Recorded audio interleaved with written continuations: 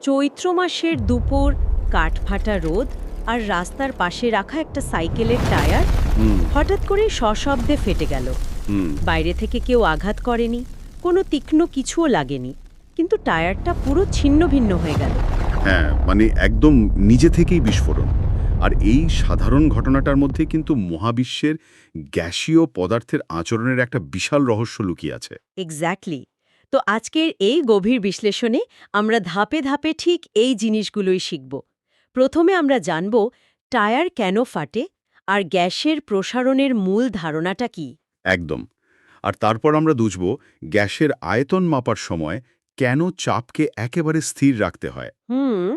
এরপর আসবে গ্যাসের আয়তন গুণাঙ্কের গাণিতিক সংজ্ঞা আর তার সমীকরণ। আর সবশেষে আমরা দেখব চার্লসের সূত্রের সাথে এর অভাবনীয় সংযোগ আর কিভাবে আমরা এর মান নির্ণয় করতে পারি। তো যারা শুনছ তাদের উদ্দেশ্যে একটা খুব জরুরি ইনস্ট্রাকশন। ডেসক্রিপশন বা টেলিগ্রাম চ্যানেল থেকে আজকের আলোচনার নোটসটা এক্ষুনি ডাউনলোড করে নাও। হ্যাঁ, নোটসটা প্রিন্ট করে চোখের সামনে রাখো আর এই অডিওর সাথে মিলিয়ে মিলিয়ে পড়ো। গ্যারান্টি দিচ্ছি কনসেপ্ট একেবারে গভীরভাবে মাথার ভেতর গেঁথে যাবে। তো সাইকেলের টায়ারের ওই ঘটনাটা দিয়েই শুরু করা যাক। মানে সোর্সে গ্যাসের প্রসারণ বা এক্সপ্যানশন অফ গ্যাস নিয়ে যা বলা আছে। হ্যাঁ, তাপ দিলে যে কোনো পদার্থেরই আয়তন বাড়ে সেটা তো আমরা সবাই জানি। কিন্তু সাইকেলের টায়ারের ক্ষেত্রে এই প্রসারণের মাত্রাটা কতটা তীব্র সেটা বোঝা খুব জরুরি। ঠিক, কারণ গরমকালে চারপাশের তাপমাত্রা যখন অনেকটাই বেড়ে যায়, তখন সাইকেলের টিউবের ভেতরের বাতাস ওই বাইরের তাপটা গ্রহণ করে। আর তাপ পাওয়া মানেই তো বাতাসের অণুগুলোর গতিশক্তি বেড়ে যাওয়া, তাই না? একদম তাই। তারা পাগলের মতো ছুটোছুটি শুরু করে আর নিজেদের জন্য আরও বেশি জায়গা দাবি করে। আর এখানেই আসে আসল সংকট। মানে টিউবটা তো আগে থেকেই বাতাসে ভর্তি। ভেতরে ওই উন্মত্ত বাতাসকে জায়গা দেওয়ার মতো তো আর কোনো খালি জায়গা নেই। হ্যাঁ, তখন প্রসারিত হতে চাওয়া বাতাস প্রবল চাপে টিউবের ভেতরের দেয়ালে ধাক্কা দিতে থাকে। এই ধাক্কা বা চাপ ক্রমশ এমন একটা পর্যায়ে পৌঁছায় যা ওই রাবারের টিউবটার সহ্য ক্ষমতার একদম বাইরে চলে যায়। ও আচ্ছা। আর তার ফলেই দেয়াল ফেটে যায় আর বাতাস সশব্দে বেরিয়ে আসে। ব্যাপারটা অনেকটা এমন, ধরুন একটা নির্দিষ্ট মাপের ছোট ঘর। সেই ঘরে হঠাৎ করে একদল মানুষ ঢুকে পড়ল আর সবাই খুব উত্তেজিত। হুম, দারুণ উপমা। এখন ঘরের সাইজ যদি কোনোভাবেই বড় করা না যায়, অথচ ভেতরের মানুষগুলো হাত পা ছুঁড়ে আরও বেশি জায়গা চাইছে, তাহলে তো একসময় দেয়াল ভেঙে পড়ার মতনই অবস্থা হবে। খুব প্রাসঙ্গিক একটা উপমা। এই উপমাটা ধরেই আমরা সোর্সের আরেকটা গুরুত্বপূর্ণ পয়েন্টে যেতে পারি। তরল বা গ্যাসীয় পদার্থের যেহেতু নির্দিষ্ট কোনো আকার নেই, তাই এদেরকে সবসময় কোনো পাত্রে রেখে উত্তপ্ত করতে হয়। রাইট। সাইকেলের ক্ষেত্রে যেমন পাত্রটা হলো রাবারের টিউব। হ্যাঁ, কিন্তু যখন আমরা তাপ দিই তখন শুধু যে ভেতরের বাতাস প্রসারিত হয় তা কিন্তু নয়, তাপ পেয়ে কিন্তু এই ধারক পাত্রেরও প্রসারণ হয়। সোর্সে খুব স্পষ্টভাবে বলা হয়েছে যে গ্যাসের ক্ষেত্রে আমরা এই কঠিন পাত্রের প্রসারণটাকে প্রায় হিসাবেই ধরি না, মানে এটা উপেক্ষা করা যায়। আচ্ছা, এর কারণটা কি? প্রসারণের হারের পার্থক্যের জন্য? ঠিক ধরেছেন। কঠিন পাত্র হয়তো মাইক্রোস্কোপিক লেভেলে একটু প্রসারিত হলো, কিন্তু গ্যাস প্রসারিত হতে চায় তার চেয়ে বহুগুণ বেশি। তাই গ্যাসের প্রসারণ নিখুঁতভাবে মাপার সময় পাত্রের এই অতি সামান্য প্রসারণকে বিজ্ঞানীরা হিসাবে আনেন না। বুঝতে পেরেছি। আচ্ছা, তো আমরা প্রথম অংশটা শেষ করলাম।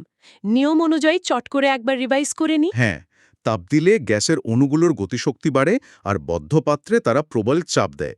আর গ্যাসের প্রসারণের তুলনায় কঠিন পাত্রের প্রসারণ এতটাই নগণ্য যে আমরা সেটা হিসাবে ধরি না। একদম। এবার যারা শুনছো তাদের জন্য ৩টে প্রশ্ন। কমেন্টে উত্তর দাও। ১ নম্বর, সাইকেলের টায়ার গরমকালে ফাটে কেন? ২ নম্বর, তাপ দিলে গ্যাসের অণুগুলোর কিসের পরিবর্তন হয়? আর ৩ নম্বর, গ্যাসের প্রসারণ মাপার সময় কঠিন পাত্রের প্রসারণ কেন উপেক্ষা করা হয়? রিভিশন ইজ কি, একবার পড়লে হবে না কিন্তু। হ্যাঁ, উত্তরগুলো ভাবতে থাকো। এবার আমরা পরবর্তী অংশে যাই। তো পাত্রের প্রসারণ না হয় আমরা উপেক্ষা করলাম, বুঝলাম, কিন্তু গ্যাসের প্রসারণ মাপার ক্ষেত্রে তো আর একটা বিশাল সমস্যা আছে। হ্যাঁ, সোর্সেও বলা হচ্ছে যে নির্দিষ্ট ভরের কোনো গ্যাসের উষ্ণতা বাড়ালে তার আয়তন এবং চাপ দুটোই একসাথে বৃদ্ধি পায়। আর এটাই তো ভৌতবিজ্ঞানের গবেষণায় সবচেয়ে বড় মাথা ব্যথার কারণ। মানে আমি যদি দেখি একটা বেলুন তাপ পেয়ে বড় হচ্ছে, আমি তো বলতে পারবো না যে বেলুনটা শুধু আয়তনে বেড়েছে। একদম, কারণ বেলুনের ভেতরে চাপও তো সাথে সাথে কিছুটা বেড়ে যেতে পারে।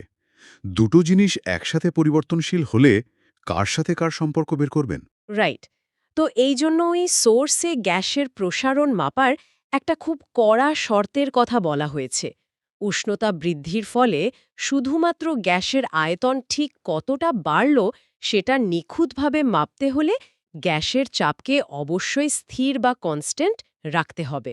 হ্যাঁ, তা না হলে আমরা কখনোই বুঝতে পারবো না যে আয়তনটা শুধু তাপমাত্রার জন্য বেড়েছে নাকি এর পেছনে চাপের কোনো ভূমিকা আছে।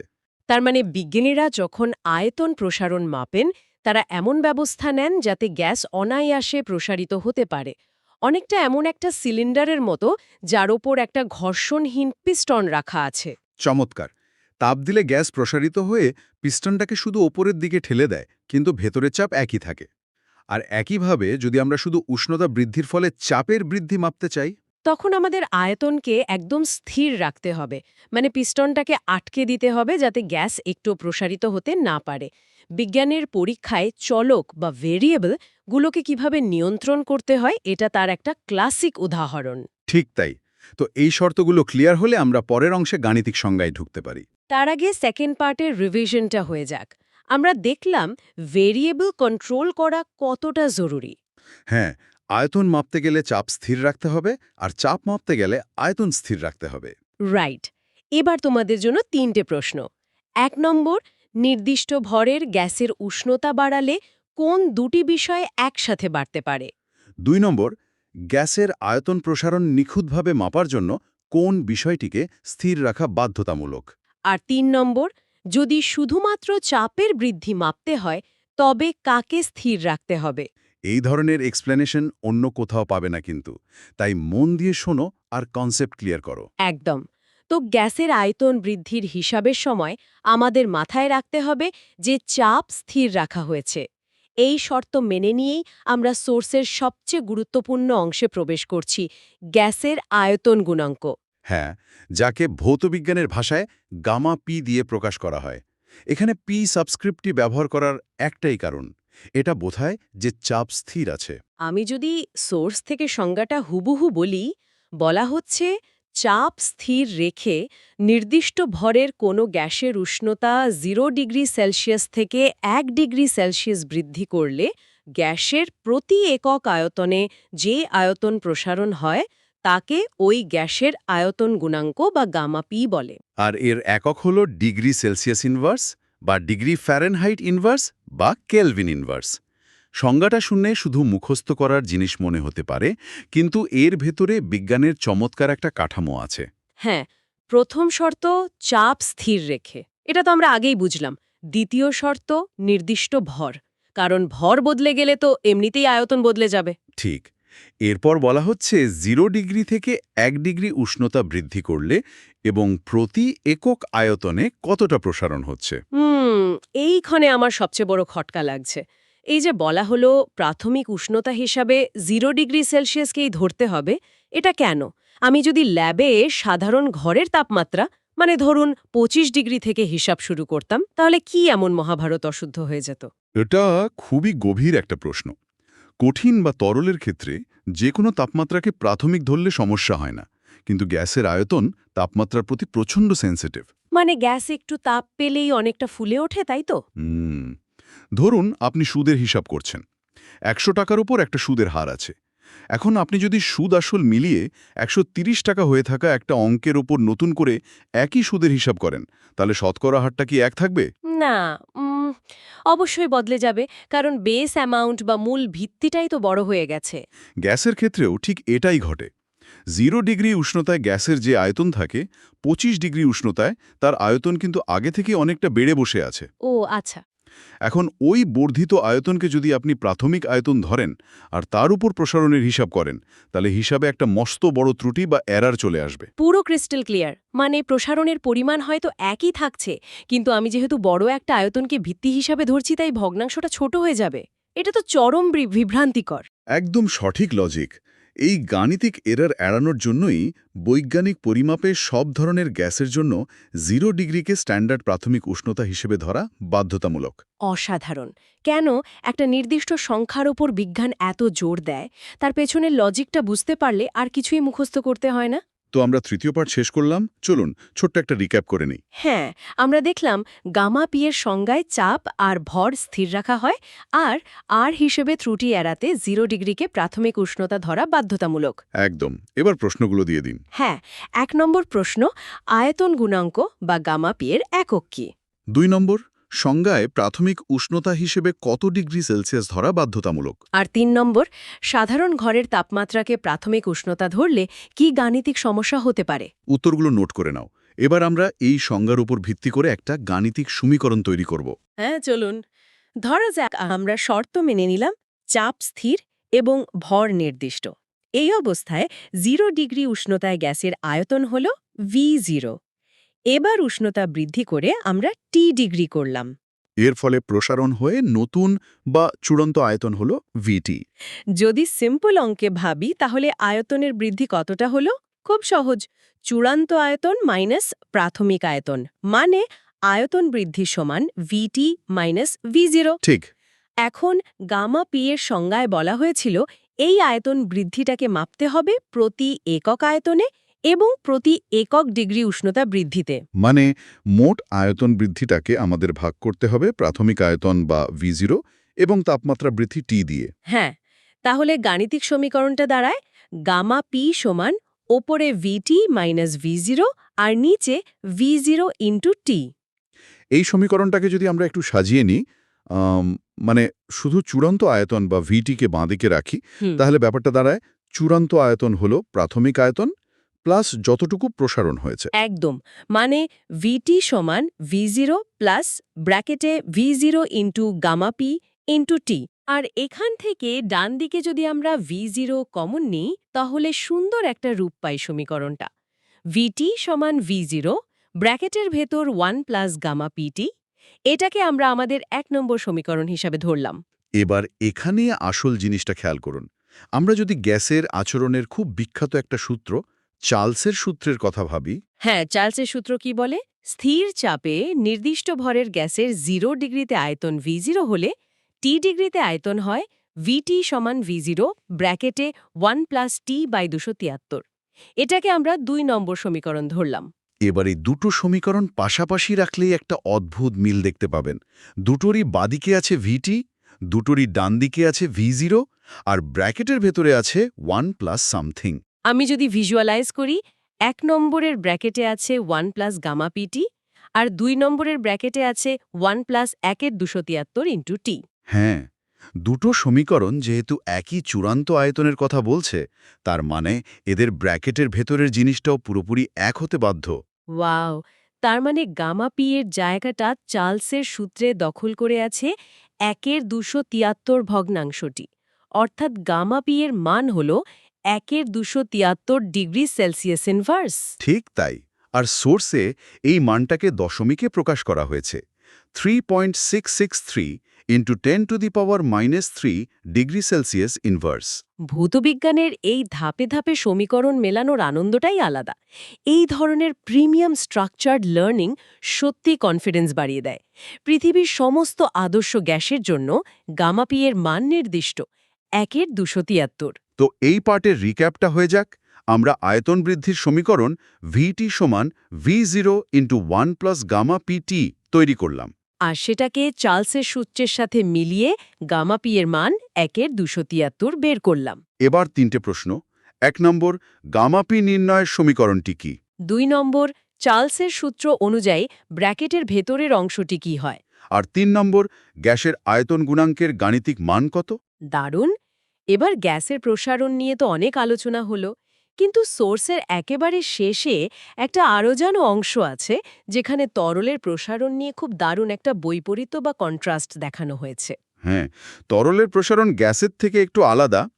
সোর্সে বলা হয়েছে কোনো তরলের আপাত প্রসারণ গুণাঙ্ক পাত্রের উপাদানের উপর নির্ভর করে। ব্যাপারটা একটু ভেঙে বলা যাক। গ্যাসের ক্ষেত্রে পাত্রের প্রসারণ আমরা উপেক্ষা করেছিলাম, কিন্তু তরলের প্রসারণ তো গ্যাসের মতো অত বিশাল নয়। তাই তরলকে উত্তপ্ত করলে পাত্রের প্রসারণটাকে আর উপেক্ষা করা যায় না। ঠিক।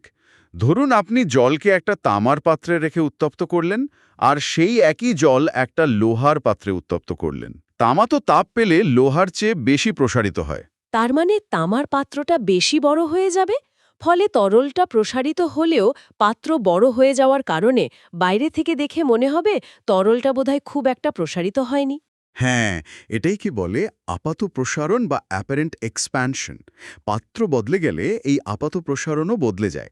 কিন্তু প্রকৃতির একটা সুন্দর নিয়ম আছে। তরলের প্রকৃত প্রসারণ গুণাঙ্ক বলে একটা বিষয় আছে, যেটা পাত্রের ওপর একেবারেই নির্ভর করে না। অর্থাৎ তরল তার নিজের ধর্ম অনুযায়ী যতটা প্রসারিত হওয়ার ঠিক ততটাই হবে। পাত্র যতটা প্রসারিত হলো তার সাথে তরলের আপাত প্রসারণ যোগ করলেই আমরা প্রকৃত প্রসারণ পেয়ে যাই। একদম সঠিক। প্রকৃত প্রসারণ হল সম্পূর্ণভাবে তরলটির নিজস্ব ধর্ম। পাত্র কাচের হোক বা লোহার, প্রকৃত প্রসারণ সব সময় একই থাকবে। আচ্ছা, তো শেষ পার্টের রিক্যাপ। আমরা দেখলাম তরলের আপাত প্রসারণ পাত্রের ওপর নির্ভর করে, কিন্তু প্রকৃত প্রসারণ করে না। হ্যাঁ, এবার প্রশ্নগুলো। ১ নম্বর, তরলের আপাত প্রসারণ গুণাঙ্ক কিসের উপর নির্ভর করে? ২ নম্বর, ভিন্ন পাত্রে একই তরলের আপাত প্রসারণ কি এক হয়? আর ৩ নম্বর, তরলের নিজস্ব ধর্ম কোনটি, আপাত নাকি প্রকৃত প্রসারণ? এবার আমরা যদি পুরো চ্যাপ্টারের একটা ফাস্ট পেস্ট মাস্টার রিক্যাপ করি, আমরা শুরু করেছিলাম সাইকেলের টায়ার ফাটার বিজ্ঞান দিয়ে। দেখলাম গ্যাসের প্রসারণের বিপুল হারের কাছে কঠিন পাত্রের প্রসারণ নগণ্য। তারপর বুঝলাম আয়তন নিখুঁতভাবে মাপার জন্য কেন চাপকে স্থির রাখতে হয়। আর প্রাথমিক উষ্ণতা হিসেবে কেন 0 ডিগ্রিকে ধরা বাধ্যতামূলক, সেটাও আমরা লজিক দিয়ে বুঝলাম। এরপর আমরা গামা পি এর সমীকরণ বানালাম। এবং চার্লসের সূত্রের সাথে মিলিয়ে গামা পি এর মান 1/273 বের করলাম। সবশেষে জানলাম তরলের প্রকৃত প্রসারণের কথা। পুরো কনসেপ্টটা এখন একদম ক্রিস্টাল ক্লিয়ার। তবে এই গভীর বিশ্লেষণ শেষ করার আগে সোর্সে তথ্যের ওপর ভিত্তি করে একটা প্রশ্ন ছুড়ে দিতে চাই। হ্যাঁ, ভাবার মতো প্রশ্ন সবসময় নতুন কিছু শেখায়। আজকের আলোচনায় আমরা বারবার বলেছি যে গ্যাসের প্রসারণের কাছে কঠিন পাত্রের প্রসারণ আমরা উপেক্ষা করেছি। কিন্তু একটু ভাবুন তো, যদি পাত্রটি এমন কোনো অদ্ভুত উপাদানের তৈরি হতো যা তাপ পেলে ভেতরের গ্যাসের চেয়েও দ্রুত এবং বেশি প্রসারিত হয়, ইন্টারেস্টিং। তাহলে বাইরে থেকে দেখলে ওই গ্যাসের আয়তন বা প্রসারণ সম্পর্কে আপনার কি মনে হতো? এই আয়তন গুণাঙ্ক মাপার সমীকরণে ঠিক কি অদ্ভুত পরিবর্তন আসতো? তরলের আপাত প্রসারণের লজিকটা গ্যাসের এই কাল্পনিক পরিস্থিতিতে ফেলে চিন্তা করলেই তোমরা একটা অভাবনীয় উত্তর পেয়ে যাবে। বিজ্ঞান তো এভাবেই কাজ করে, চেনা জিনিসকে অচেনা পরিস্থিতিতে ফেলে নতুন দৃষ্টিভঙ্গি তৈরি করে। আজকের মতো আমাদের এই আলোচনায় এখানেই শেষ করছি। নোটসগুলো রিভাইজ করতে থাকো, পরবর্তী ক্লাসে আবার দেখা হবে।